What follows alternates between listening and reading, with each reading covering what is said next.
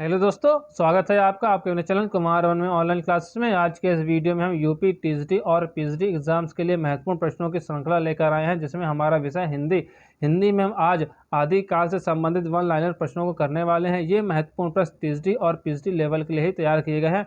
आदिकाल से संबंधित सभी प्रश्नों को कवर किया गया है, जिससे आपके कोई भी प्रश्न आदिकाल से ना छूटे। प्रश्नों का लेवल बहुत ही हाई और टीजीटी और पीएचडी लेवल के लिए ही तैयार किया गया है। और वीडियो को लास्ट तक जरूर देखें, क्योंकि ये क्वेश्चंस बहुत ही इंपॉर्टेंट हैं और अपनी तैयारी को बेहतर बनाएं। और एक बात और, जिन दोस्तों ने चैनल सब्सक्राइब नहीं किया प्लीज़ चैनल सब्सक्राइब कर लें और बेल आइकन का बटन दबाएं, जिससे आने वाले वीडियो की अपडेट मिलती रहे। आइए शुरू करते हैं। तो पहला क्वेश्चन आदिकाल का ये है, आचार्य शुक्ल ने आदिकाल में देश भाषा काव्य में कितनी पुस्तकों की संख्या मानी। आपको बताना है कि आचार्य शुक्ल ने आदिकाल में देश भाषा काव्य में कितनी पुस्तकों की संख्या मानी है। तो आचार्य शुक्ल ने आदिकाल में देश भाषा के काव्य में 8 पुस्तकों की संख्या मानी है। जनता की चित्त वृत्ति का संचित प्रतिबिंब ही साहित्य यह माना है, तो यह माना है शुक्ल जी ने माना है। भाषा सर्वेक्षण का रचयिता है, भाषा सर्वेक्षण का रचयिता जॉर्ज ग्रेसियन है। पृथ्वीराज रासो कितने प्रकार के छंदों में लिखा गया। तो पृथ्वीराज रासो कुल 68 छंदों में लिखा गया है, 68 छंदों में लिखा गया। उपदेश रसायन रास का रचयिता है, तो उपदेश रसायन रास का रचयिता है जिनदत्त सूरी हैं।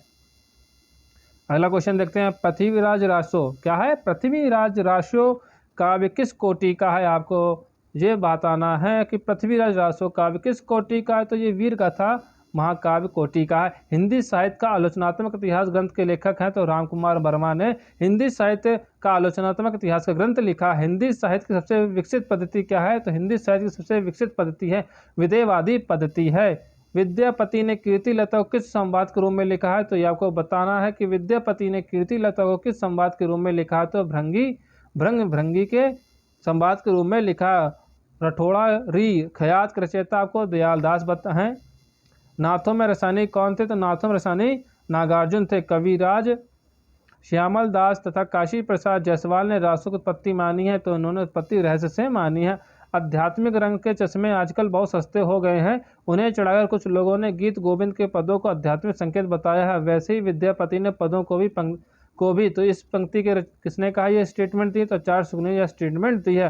काफिर बोध पंच अग्नि क्या है। काफिर बोध पंच अग्नि दया बोध अष्टचक्र वर्ष रह ग्रंथ किसने लिखे हैं। तो ये गोरखनाथ जी ने लिखे हैं।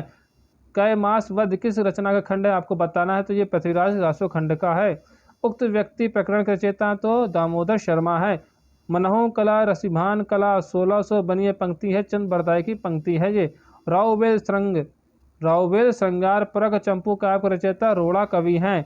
अपभ्रंश भाषा का प्रथम कवि माना जाता है। ये तो आप सभी को पता होगा, इंपॉर्टेंट क्वेश्चन है, बार बार पूछा जाता है कि अपभ्रंश भाषा का प्रथम कवि माना जाता है। तो स्वयंभू को माना जाता है अपभ्रंश भाषा का प्रथम कवि। स्वयं को अभिमान मेरु कहा करते, तो पुष्यदंत अपने आप को अभिमान मेरु कहा करते थे। आदिकाल को संधिकाल एवं चारणकाल किसने कहा। तो रामकुमार वर्मा ने आदिकाल को संधिकाल एवं चारणकाल कहा है। बौद्ध सिद्धों के पदों और दोहों को बौद्ध गान ओ दोहा नाम से बंगला भाषा में प्रकाशित किसने किया। तो पंडित हरप्रसाद शास्त्री ने प्रकाशित किया था। किरान उस सादेन रचना किसकी। तो अमीर खुसरो की है। पुरुष परीक्षा किस संस्कृत रचयिता की रचना है। तो विद्यापति की रचना है ये। रिठे मणि चरो के रचयिता तो कौन है। रिठे मणि चरो के रचयिता स्वयंभू हैं। कीर्ति लता की भाषा आपको बताइए, तो कीर्ति लता की भाषा क्या है। तो कीर्ति लता की भाषा अवहट है। भू परिक्रमा का रचयिता, तो भू परिक्रमा का रचयिता विद्यापति हैं। जय मयंक जस चंद्रिका का रचयिता कौन है। तो जय मयंक जस चंद्रिका का रचयिता मधुकर कवि हैं। ईयाश्रय काव्य की रचना किसकी। तो ईयाश्रय काव्य की रचना हेमचंद्र की है। कुमारपाल प्रतिबोध गद्य पद में प्राकृत काव्य लिखा किसने। सोमभद्र सूरी ने लिखा है। गोरखनाथ में किसके योग का सारा लेकर हठ योग का प्रवर्तन किया गया। तो पतंजलि जी का। रत्नाकर जोपम कथा किस संप्रदाय का मानक ग्रंथ है। तो सिद्धो संप्रदाय का मानक ग्रंथ है ये। जिमी लोड़ बिजलाई पाणी अहितमी तृणाई लय चित्त कथन किसका। तो कढ़पा का ये कथन है। किसके स्टेटमेंट है। तो कढ़पा की स्टेटमेंट है। गंगा जनो माझे बही रे नाई उक्ति किसकी। तो डोमिपा की ये उक्ति है। कहा तरुवर पंच विडाला उक्ति किसकी। लुइपा की ये उक्ति है।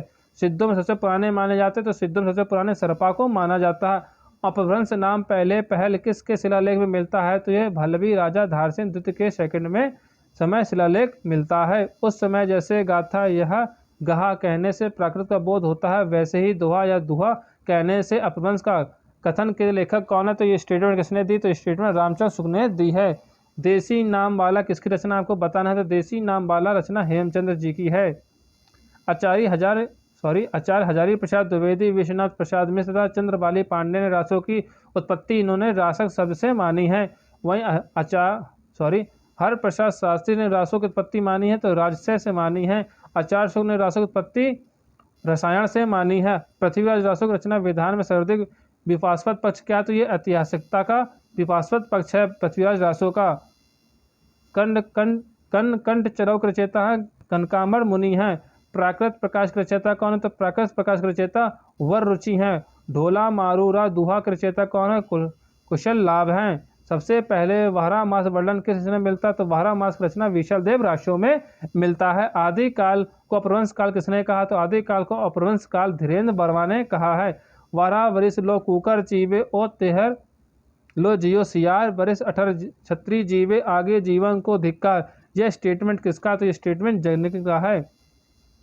जगनिक का स्टेटमेंट है। आदिकाल को विचपन काल किसने कहा? तो आदिकाल को विचपन काल महावीर प्रसाद द्विवेदी ने कहा है। दोहा कोश किसकी रचना है? तो दोहा कोश सरपा की रचना है। मैथिल कोकली कहे जाते हैं तो विद्यापति मैथिल कोकली कहे जाते हैं। रणमल छंद की रचना किसकी? तो रणमल छंद श्रीधर की है। आलाखंड नाम से कौन सी रचना प्रसिद्ध है? तो आलाखंड रस है पलमार रासो प्रसिद्ध है। पद्मावती समय की रचना खंड है तो पद्मावती पृथ्वीराज रासो के समय की रचना है। राजमती और विशाल देव की कथा किस ग्रंथ में? तो विशाल देव रासो में इनकी कथा का वर्णन है। वर्ण रत्नाकर ग्रंथ के रचयिता तो ज्योतिषी है। नाथ संप्रदाय के रचयिता हजारी प्रसाद द्विवेदी। शिलाकित चंपू गे काव्य रचना किसकी? राववेल की है। दो सुकने खलिक बारी आदि रचना किसकी? आमिर खुसरो की हैं। प्राण संकली शब्दी नरवय बोध आत्मबोध और पंचमात्रा रचनाएं किसकी हैं? गोरखनाथ की हैं। गोरखनाथ की रचनाओं को गोरखबानी नाम से संपादित किसने किया था? तो पीताम्बर दत्त वर्थवाल ने किया था। पुस्तक जड़हल जहत दह जली गजनन नच गाज पंक्ति किसकी? तो ये जड़हल की पंक्ति है। चंद हिंदी के प्रथम महाकवि माने जाते हैं और इसका पृथ्वीराज रासो हिंदी का प्रथम महाकाव्य। कथक के लेखक हैं आचार्य रामचंद्र शुक्ल हैं। पृथ्वीराज रासो को डॉक्टर श्याम सुंदर दास, मोहन लाल, विष्णुलाल पांडे, मिश्र बंधुओं एवं कर्नल टॉड मानते प्रमाणिक मानते हैं। ये सभी पृथ्वीराज रासो को प्रमाणिक मानते हैं। जबकि हजारी प्रसाद द्विवेदी, मुनि जिन विजय, सुनीति कुमार चटर्जी आदि लोग पृथ्वीराज रासो को अर्ध प्रमाणिक मानते हैं। ये नाम आपको याद रखने, किसने प्रमाणिक और किसने अर्ध प्रमाणिक पृथ्वीराज को माना है। तो पृथ्वीराज रासो के कितने संघर्ष हैं? तो 69 संघर्ष हैं। वजी घोर निशान राय चौहान चौहदिस पंक्ति के रचयिता कौन है? तो चंद बरदाई हैं। संदेश राशक किस प्रकार का काव्य है? तो संदेश राशक खंड काव्य है। पृथ्वीराज को पूरा किया सके, पृथ्वीराज को जलहल ने पूरा किया था। परमात्म प्रकाश और योग सार किसकी रचना है? तो जो इंद की है। ये पाहुड़ दोहा का रचयिता कौन है? मुनु राम सिंह है। कौन है? मुनि राम सिंह पाहुड़ देव का रचयिता है। शरापाल, सरोज ब्रज एवं राहुल भद्र आदि नामों से कौन जाने जाते हैं? तो शरपा को जाना जाता है। अक्षर द्वितीयोपदेश, डोमिका गीता और योगाचार किसकी रचना है? डोमिपा की है। क्या है? अक्षर द्विकोशोपदेश और डोमिका गीत व योगाचार किसकी रचना है? तो डोमिपा की है। श्रावकाचार व दव शाव प्यास लघुवन चक्र और दर्शन शास्त्र किसकी रचना है? देव सेव की ग्रंथ है ये। भारतेश्वर बाहुबली राष्ट्र खांड काव्य ग्रंथ किसने लिखा? तो शलिभद्र सूरी ने लिखा है। स्थूल भद्र रास किसकी रचना है? तो जिन धर्म सूरी की है ये। रेवंतगिरी रचना किसकी है? तो विजय सेन सूरी की है। नेमिनाथ रास नामक ग्रंथ की 58 छंदों रचना किसने की है? सुमित गढ़ी ने की है। नाथ संप्रदाय को अवधूत संप्रदाय योग संप्रदाय कहा, ये किसने कहा? हजारी प्रसाद द्विवेदी ने कहा है। डॉक्टर हजारी प्रसाद द्विवेदी द्वारा किस रचना में हिंदी साहित्य को अखिल भारतीय साहित्य में से संबंध करने का प्रयास हुआ था? तो हिंदी साहित्य की भूमिका के लिए आधुनिक हिंदी साहित्य का विकास किसके द्वारा लिखित है? तो श्री कृष्ण नराल के द्वारा लिखित है। हिंदी पुस्तक साहित्य, क्या क्वेश्चन है? हिंदी पुस्तक साहित्य को आधुनिक साहित्य संपत्ति का बीजक किसने कहा है? डॉक्टर कामता प्रसाद गुप्त ने, यानी डॉक्टर कामता प्रसाद या माता प्रसाद गुप्त ने, डॉक्टर माता प्रसाद हो जाएंगे यहाँ पर। हिंदी साहित्य और संवेदना का विकास लिखा गया तो डॉक्टर रामस्वरूप चतुर्वेदी के द्वारा लिखा गया है। हिंदी साहित्य का वैज्ञानिक इतिहास में संपूर्ण इतिहास को डॉक्टर गणपति चंद्र गुप्त ने कितने कालखंडों में विभाजित किया? तो आदिकाल, मध्यकाल, आधुनिक काल, 3 कालखंडों में डॉक्टर गणपति गुप्त ने हिंदी साहित्य के हिंदी साहित्य को विभाजित किया? कौन कौन से? आदिकाल, मध्यकाल और आधुनिक काल में 3 खंडों में विभाजित किया है। डॉक्टर गणपति चंद्र गुप्त ने। हिंदी साहित्य का सर्वाधिक व्यवस्थित और प्रथम इतिहास ग्रंथ कौन सा? तो हिंदी साहित्य का इतिहास जो आचार्य रामचंद्र शुक्ल के द्वारा लिखा गया है। अपभ्रंश साहित्य को, क्या है क्वेश्चन, अपभ्रंश साहित्य को हिंदी साहित्य से अलग मानकर उसे पूर्व पीठिका के रूप में किसने प्रस्तुत किया? तो आचार्य शुक्ल ने प्रस्तुत किया है। आचार्य रामचंद्र शुक्ल ने काल विभाजन के प्रधान आधार क्या माना था? जनता का चित्तवृत्ति के परिवर्तन को माना था। शुक्ल कहते हिंदी साहित्य का इतिहास में आदिकाल का नाम जो सर्वाधिक विवादास्पद रहा उसको कहते हैं वीर गाथा काल कहते हैं। हिंदी के मुसलमान कवि नामक पुस्तक के लेखक कौन है? गंगा प्रसाद सिंह हैं। हिंदी साहित्य का कौन सा इतिहास ग्रंथ एक पुस्तक के रूप में सबसे बड़ा? तो हिंदी साहित्य का इतिहास रमाशंकर शुक्ल रसाल द्वारा लिखा गया है। और राजस्थानी साहित्य की रूपरेखा के लेखक कौन है? मोतीलाल मेनारिया है। हिंदी साहित्य इतिहास में दोहरे नामकरण की प्रवृत्ति का आरंभ किसने किया? तो आचार्य शुक्ल ने हिंदी साहित्य में दोहरे नामकरण प्रवृत्ति का आरंभ किया है। आचार्य हजारी प्रसाद द्विवेदी कौन सा ग्रंथ एक व्याख्यान ग्रंथ है? तो हिंदी साहित्य का आदिकाल ये व्याख्यान ग्रंथ आचार्य हजारी प्रसाद द्विवेदी का है। अपभ्रंश को पुरानी हिंदी किसने माना? तो अपभ्रंश को पुरानी हिंदी माना चंद्रधर शर्मा गुलेरी ने। आचार्य शुक्ल ने आदिकाल को कितने ग्रंथों प्रमाणिक माना? तो 12 ग्रंथों प्रमाणिक माना है। The modern vernacular literature of Hindustan, क्या the modern vernacular literature of Hindustan किसके द्वारा रचित है? तो और केवल हिंदी कवियों को लेकर तो ग्रिशियन के द्वारा ये रचना रचित है। The modern vernacular literature of India या हिंदुस्तान सन 1888 में एशियाटिक सोसाइटी ऑफ बंगाल के पत्रिका के रूप में प्रकाशित हुई थी। ये आपको वन लाइनर याद रखना है।